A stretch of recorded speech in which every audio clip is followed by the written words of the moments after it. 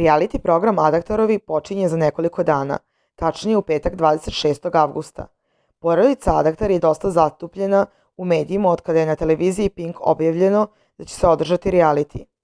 Mnogi ih podržavaju dok ih drugi nazivaju čačanskim Kardashianovima.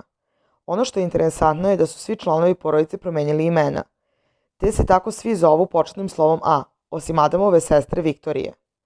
Ona nije promenila svoje ime, što je mnoge nateralo da se zapitaju koji je to razlog, a onda su mediji preneli da Viktorija navodno baš i nije bila u dobrim odnosima sa ostatkom porodice. Porodica Adaktar na sve načine pokušava i dalje da sakrije od javnosti da Adamova sestra Viktorija dugo je bila u lošim odnosima sa svojom porodicom, a jedno vreme nisu ni komunicirali.